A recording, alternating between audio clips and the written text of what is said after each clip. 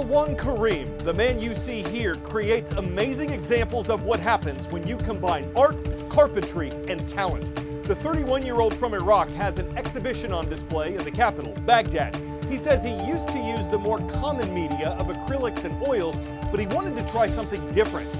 And where pointillist painters like Georges Seurat would use tiny dots of color to create their masterworks, Kareem will use colored pieces of wood, screws in different shades, multi-hued bottle caps, and then turn them into vibrant, pixelated portraits. Not everyone gets his vision when they stand too closely. Kareem suggests they take several steps back and even look at his pieces through their phones, which can help the works melt into focus. And a teacher who tried this and who said at first she saw no sense of art, afterwards saw beauty and elegance.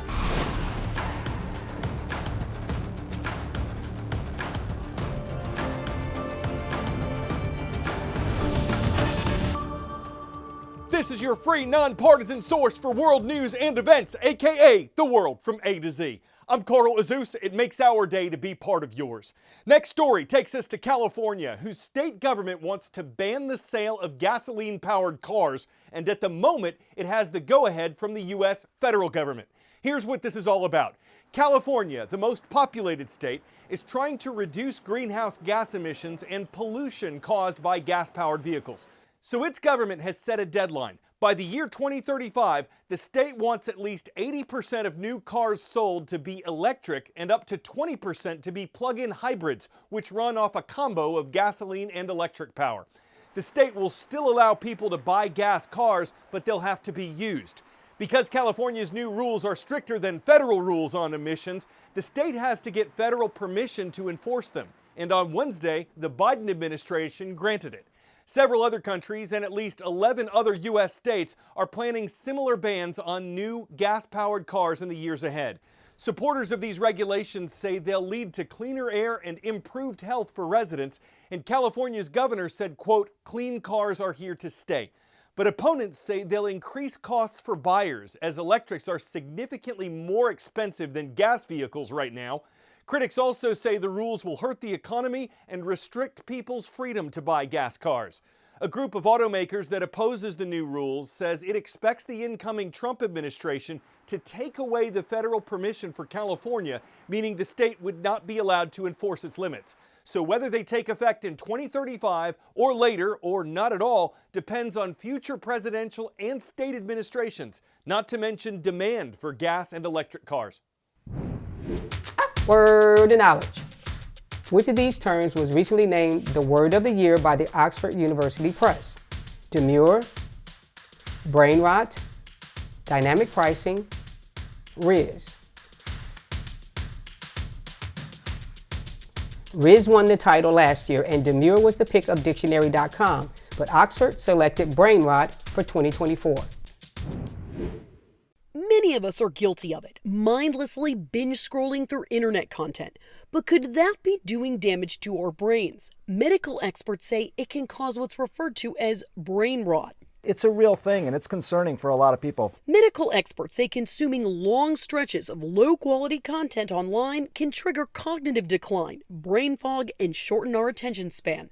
But overindulging in internet content can cause even more severe symptoms like depression in teens. More than 3 hours a day for teens seem to double their risk of depression. So how does excessive binge watching impact our brains? It tends to thin certain areas of the brain called the cortex that is responsible for your memory and your perception. What can we do to prevent brain rot? Limiting our screen time can help. The most recent survey from Pew Research Center asked a group of teens ages 13 through 17 about their tech usage.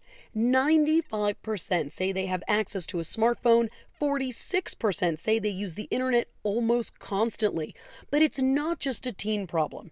A different Pew survey found that 90% of adults say they use the web daily, and 41% say they are online almost constantly. Medical experts say it's important to keep track of how much time you spend online to prevent binge watching. I'm Jen Sullivan.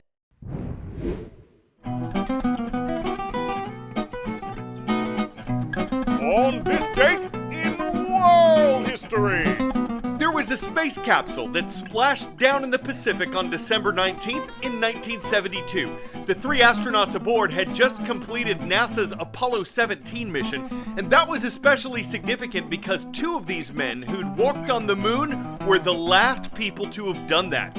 Though several unmanned moon missions have been completed since then, and plans are in the works to send people back, those plans have been challenged by budget concerns and questions about whether it's worth the effort.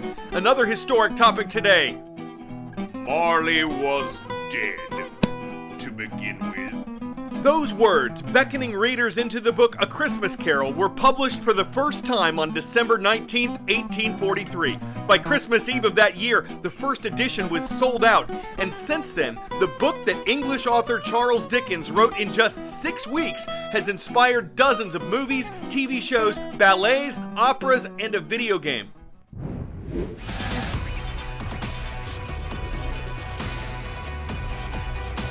Where in the world? This is a North African country that achieved independence from France in 1956. You'll find it between the Atlantic Ocean and the nation of Algeria. Its capital is Rabat, and a classic film made its city of Casablanca famous. This is Morocco, a parliamentary constitutional democracy of more than 37 million people. When the weather dries up in Morocco, so do the profits, because nearly half its population is in some way involved in agriculture. It makes the economy very vulnerable to droughts that frequently strike. It's also made growth more inconsistent than the kingdom would like. But when the weather is fine, Morocco has plenty going in its favour. Its hybrid system of government involves a monarch and a parliament, giving it a political stability that its neighbours frequently lack.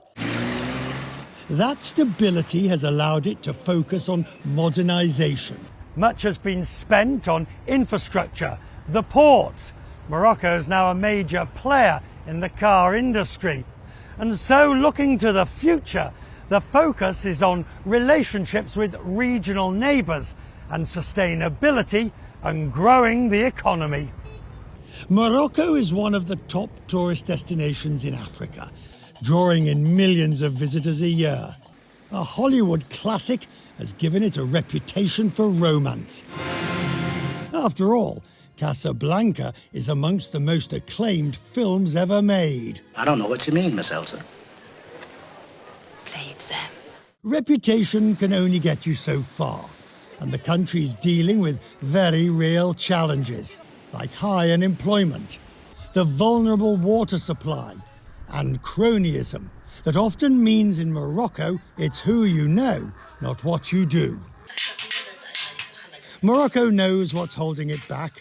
The question is whether it'll do what's necessary to build a more robust, resilient, and sustainable economy. Moving fast to work in a couple extra schools this Thursday. First, we want to recognize Miss Patty's class at Youth Shelter Care of North Iowa. It's in Fort Dodge, Iowa. Staying in the Hawkeye State, we're shouting out Mr. Snyder's class. At East Middle School, the Spartans are watching from Sioux City. Just a little east from the Prairie State of Illinois, it's the Chargers who are with us from Springwood Middle School. Hello to everyone in Hanover Park. It's great to have Miss Gunter's class watching from Florida Parish's Juvenile Detention Center. Great to see you in Covington in the Bayou State of Louisiana. And how about Mr. Namer's class? The Sharks are circling at St. Louis High School from the city of St. Louis in the Wolverine State of Michigan.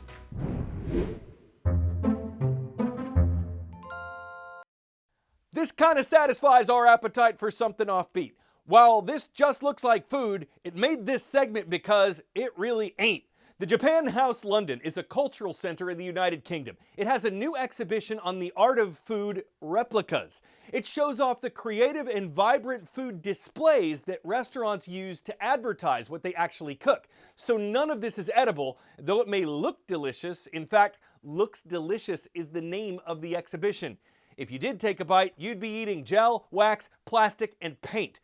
which are not ingredients in organic excellence. No, you'd be spaghetting fakin', grilled cheats, French frauds, scam, wasabi, shady fingers, fogert, fake and potatoes, faux nuts, duck, counterfeit, and of course, green eggs and sham. It's more trick than treat, more deception than convection, and it's filled to the gills with artificial colors. I'm Carl Azuz, spreading real news about fake food on the world from A to Z. Our last show of the fall season is tomorrow, and we hope you'll be here. You are the best part of what we do, and you mean the world to me.